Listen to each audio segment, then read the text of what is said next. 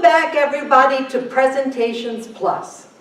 Now, this morning, we took a look at how to craft a good speech, what that means, and how we use our words to have the most impact possible.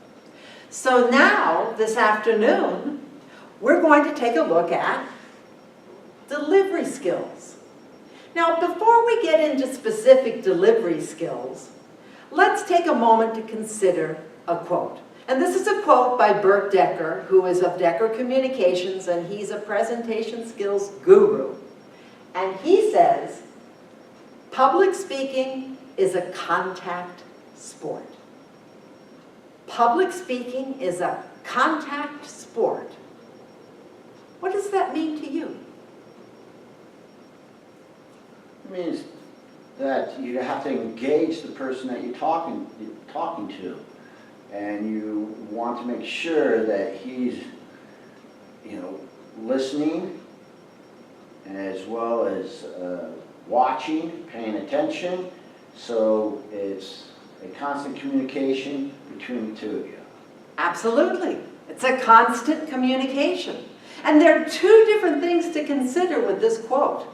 First of all, it's a contact sport. You want to reach out and touch someone. So that's what we mean. We want to connect with our audience, just like Frank said. Second of all, it's a sport. It's a sport like any other. Hopefully you don't stand up here passive and not doing anything. You want to be engaged. You want to be on your toes. You want to be ready.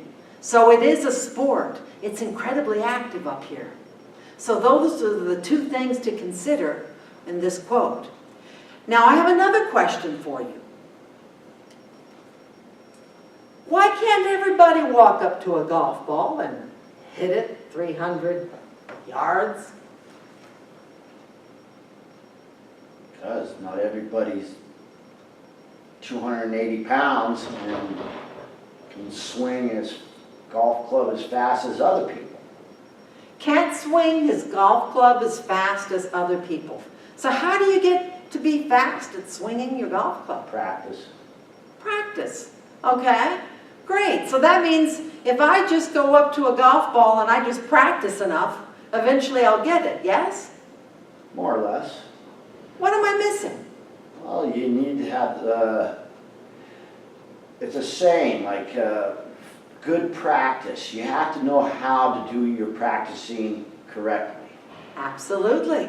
That's it. You need to practice and you need to have skills. Would you agree? Yes. Yeah. So you need to have skills that you work with, and you need to practice those skills fluently so that you're comfortable up here. So that's what we're going to do today. And to get us started, we're going to look at some rather unfortunate news. Retention, the bad news. The audience retains 60% by the end of the talk, 40% by the end of the day, and only 10% after 1 week. That's not good news. Don't you wish you could just put a Post-it note on their forehead and they could walk around remembering everything you just said? So what do? We as speakers have to do something to increase that retention rate. So let's take a look. The impact of your message. There was a study that was done on the impact of a speaker's message. And they looked at 3 different things. The first one was the verbal. And these were the words that you were actually saying, your text. The second one was the vocal. And this is how you sound when you're saying those words. Are you speaking really quickly? Are you using pauses, inflection?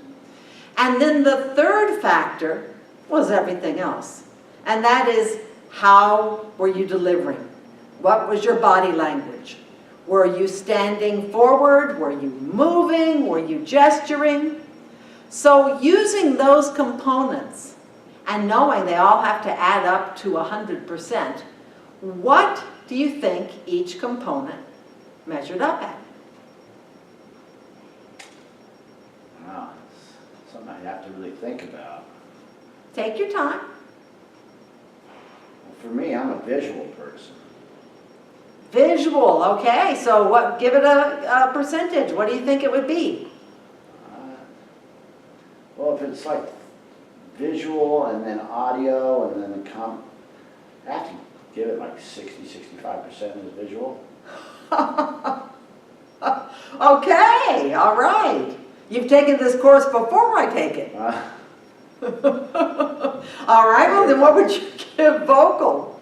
The difference, like 35%. Right? You're right on.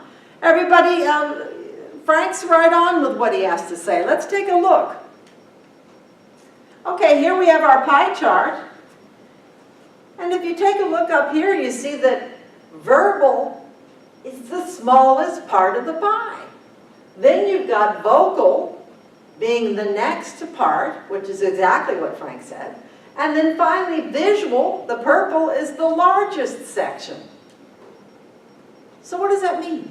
8% of the impact of our message comes from the words themselves. 8%. 37% comes from how we say those words. And finally, 55% comes from how our body language is or our visual. All right, so this is usually surprising for folks. And what does that really mean? Does that mean that if you look good and you sound good, your words don't count? No, it doesn't mean that at all. The words are very important. But what it does mean is that if your verbal and your vocal and your visual don't all align together, then people won't believe what you're saying and you're going to lose their interest. So your vocal and your visual have to back up your words or you won't be believed as a speaker. And that retention factor, out the window. So let's take a look at one of the major skills that we need to use when we're thinking about retention. Eye movement. Now we're going to call it something else in just a moment. But here you see a speaker and he's spraying his eyes across the room, just looking at everybody and everybody, trying to speak to everybody at the same time, maybe looking down, maybe looking up, whatever. He's spraying the room with his eyes. All right, this is what we don't want to do. There's a better way. And that is,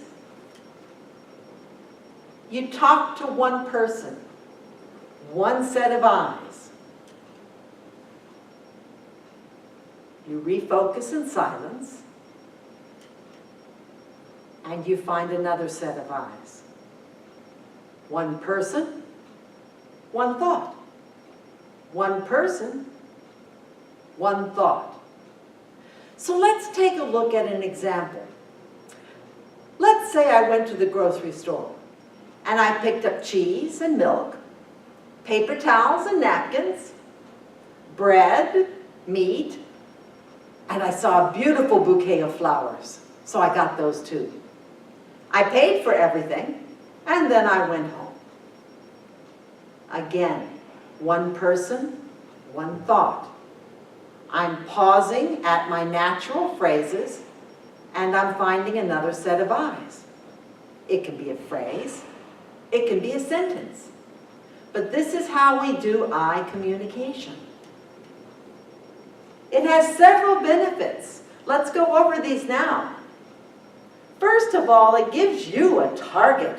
So often when we're up here, we feel like the emphasis is on us and everybody's looking at what we're doing. If you're practicing eye contact, eye communication, your focus is immediately off of you and directly onto the audience. That's the first thing. It gets your self-focus onto your audience. It eliminates those pesky ahs and ums. We call them vocal whiskers. You know, like, so these all are eliminated if you take the pauses as you find another set of eyes. And we're going to practice this in just a moment. It gives you feedback. And And this is really important. You need to know, is your audience checked out? Are they not understanding what you're saying? Are they bored? It gives you feedback so that you can alter what it is you're doing if you need to. And finally, it pulls your audience in. If you are actually speaking to eyes and going to each person and connecting, all of a sudden they're drawn into what you're saying. So it's a very powerful technique, which we'll practice in just a few minutes. Now let's take a look at our action skills. Now we just spoke about eyes. We also have hands, arms, and stance. And you can see our tennis player here, our famous tennis player. And we also have, along with eyes, arms, hands, and stance, the addition of our voice, which we're going to look at in the last. All right, so let's get started with our action skills. The start position. And I like to call this the ready position because it means that you're ready for anything. Now, this is like a tennis player. A tennis player starts and they're ready in the ready position so that when that ball comes, they can hit it. The same with the speaker. The speaker stands with their feet at a comfortable distance apart, arms down at the sides, weight slightly balanced on the front of the feet, standing up straight and confident. And this is the start position. Now, do we stay like this throughout the whole speech, just like this? No, we do not. I'm sure everybody has seen things that were not as effective. Let's look at some of those now. We call this the fig leaf. Again, you see people standing with their hands in front of them, covering their body up. Military stance. You also see this a lot. Again, no gesturing happening here. You see people doing this a lot. We call this the praying nun. And then finally, you see people speaking like this a lot. We call this the broken arm position, or the Charlie Chaplin position, because your arms are just here, your gestures tend to be small, and you tend to not move your arms in a meaningful way. So that's why we start in the start position, so we can gesture this high, or this low, this small, or this big. It allows us to make meaningful gesture, and then we return to a smart, confident position. So we will practice that in just a moment. Let's take a look. When we work from the start position, we want to use gesture. And gesture, like I just showed you, is important for emphasis and for describing. And it's really important to build this picture in their minds. You want to describe the earth being round. You want to describe how long the road was.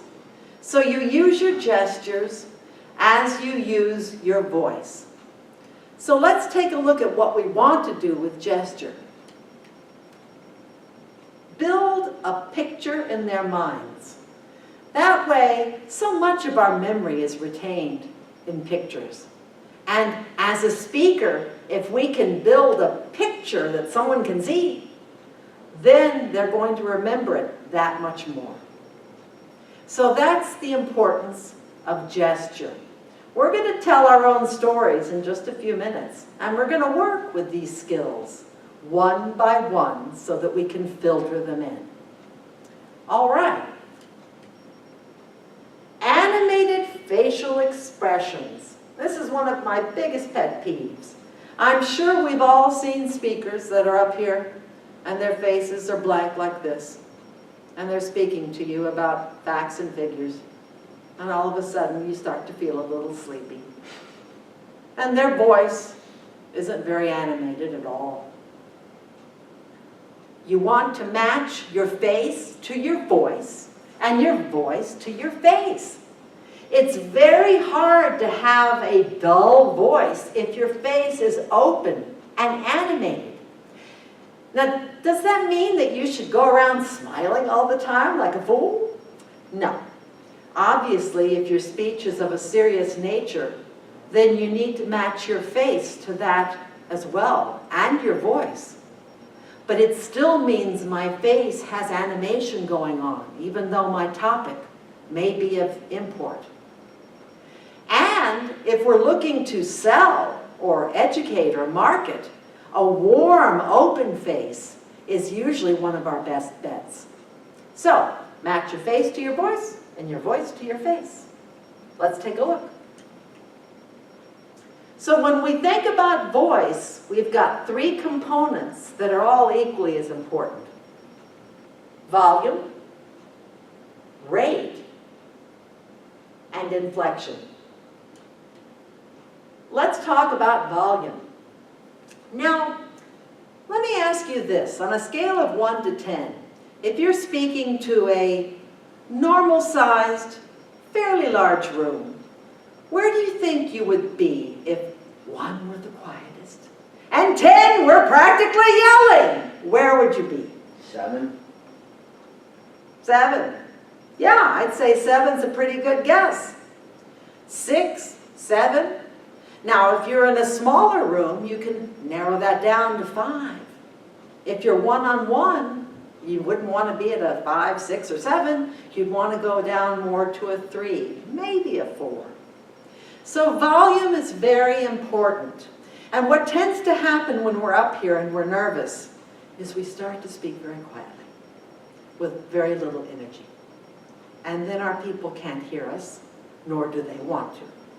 So we want to project so that the last person in the room can hear what we're saying. Watch your speed, rate. Here's another one that happens when we're nervous. We tend to speak really quickly. We tend to not use pauses at all. We tend to go on and run on because we just want to get through the presentation, so we're hoping it ends really soon. So, when you're looking at your rate, you want to work with the power of the pause. I pulled everyone in when I was quiet with the pause. So you want to use pausing to emphasize an important point coming up, or to change the tempo of things. Pausing is a very powerful tool, and we'll look at that more. Keep it moving with inflection, up and down. I went here to go get this, and then I came home. I'm using different inflection in my voice. And you can use inflection for emphasis. It was really bad. It's okay to be big like that. You want to keep your audience's attention. It was huge. Again, that's all inflection. So you let your voice build that picture in their minds, just like your gesture and your body. Now we're going to take a look at effective visuals because they play right into what we're doing as presenters. For visuals, we want to use pictures, and we're going to talk about the power of pictures in just a moment. They're so powerful. Use photos, products, and even logos. Very important if you're doing a sales presentation. Charts are important. Use org charts, or row charts, or pie charts. This helps us to see the information in categories. Again, it's using pictures.